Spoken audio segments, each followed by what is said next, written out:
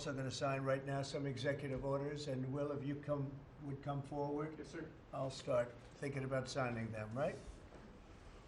A few things for you today, sir. First, we have a pardon for Devin Archer. Devin Archer was a former business partner of the Biden family. He's was prosecuted relating to a fraud investigation, but notably, the tone and tenor of that prosecution changed dramatically after he began to cooperate with congressional investigators and serve as a witness against Hunter Biden and the Biden family. We believe that was an injustice, and therefore we're asking you to pardon him. And many people have asked me to do this. They think he was treated very unfairly. And I looked at the records, studied the records, and he was a victim of a crime, as far as I'm concerned. So we're going to undo that.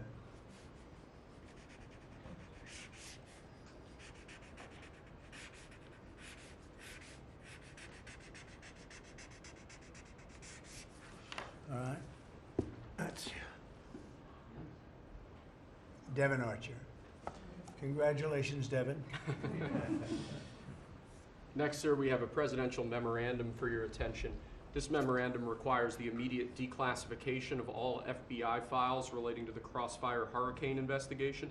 This was obviously one of the instances of the weaponization of law enforcement powers of prosecution against you and others.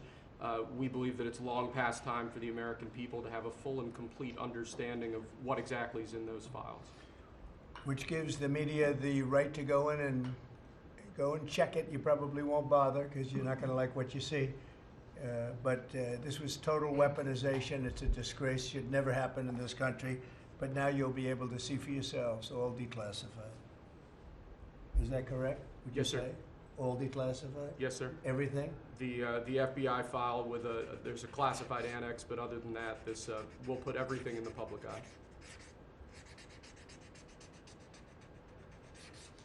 Is anybody going to look?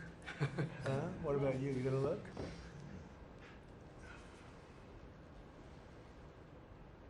And frankly, the FBI should be ashamed of themselves, and so should the Department of Justice, and so should Biden. Okay? Next, sir, we have an executive order for your attention. We've taken action against a number of law firms that have participated either in the weaponization of government, the weaponization of the legal system for political ends, or have otherwise engaged in illegal or inappropriate activities. The law firm of Jenner and Block is one of these law firms. This is a law firm that, as you know, employed Andrew Weissman after he came off of the Mueller investigation. It's a law firm that's engaged in invidious racially and sexually discriminatory practices. It's also a law firm that has participated in the weaponization of the legal system against American principles and values, and we believe that the measures in this executive order will help correct that. And Andrew Weissman is the main culprit? He's certainly with respect to this firm. He is one of a number of reasons that we believe this executive order is warranted. He's a bad guy.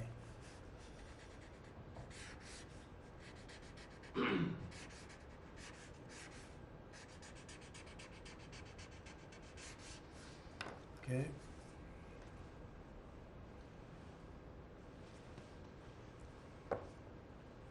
Next, sir, we have an executive order for your attention relating actually to government payments. Historically, checks issued by the Treasury are, I believe, 14 times more likely to become the subject of fraud than electronic transfer payments. This is an executive order that's going to push the Treasury Department to modernize its payment system to ensure that where possible they're using electronic methods of payment as opposed to paper checks in order to reduce waste, fraud, and abuse in the government. Which is obviously an endeavor that we've been pursuing in numerous aspects of government under your leadership. It's basically modernization of equipment and methods, and it's something that really I think he's going to be a great Secretary of the Treasury wanted, Scott, and so we're doing this, and we have other modernization programs going on. We could let somebody else, whoever's next, whoever that may be, do it, but it's something that should have been done 25, 30 years ago.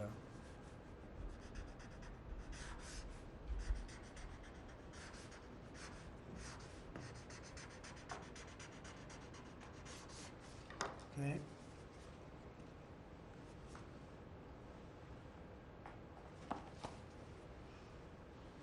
Along similar lines, sir, this is an executive order.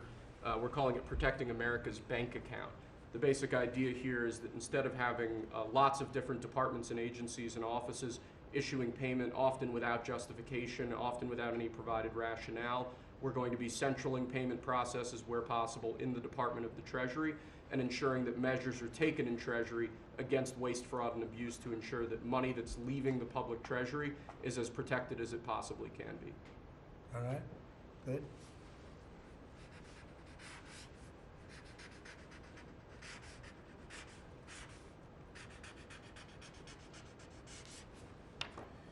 Many of these things should have taken place decades ago or longer. Lastly, sir, we have an executive order for your attention on the very important subject of election integrity.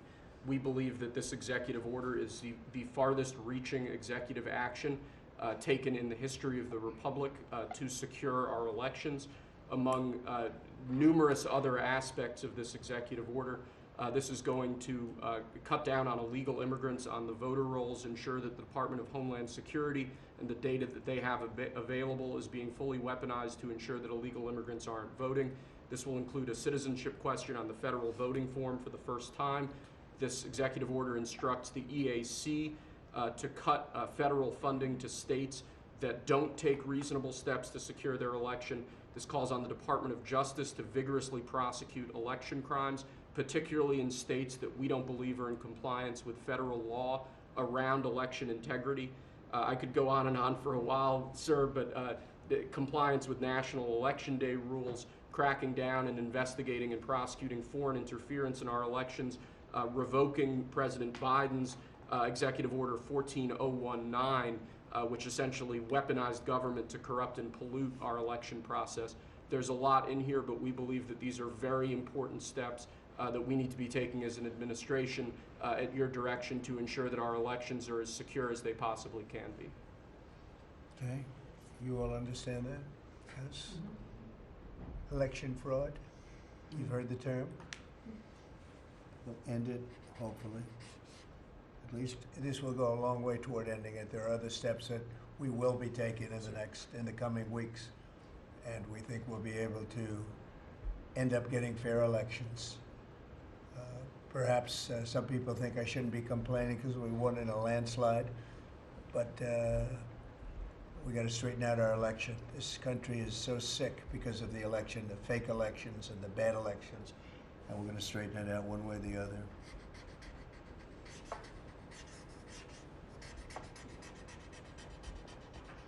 And it's an honor to sign this one.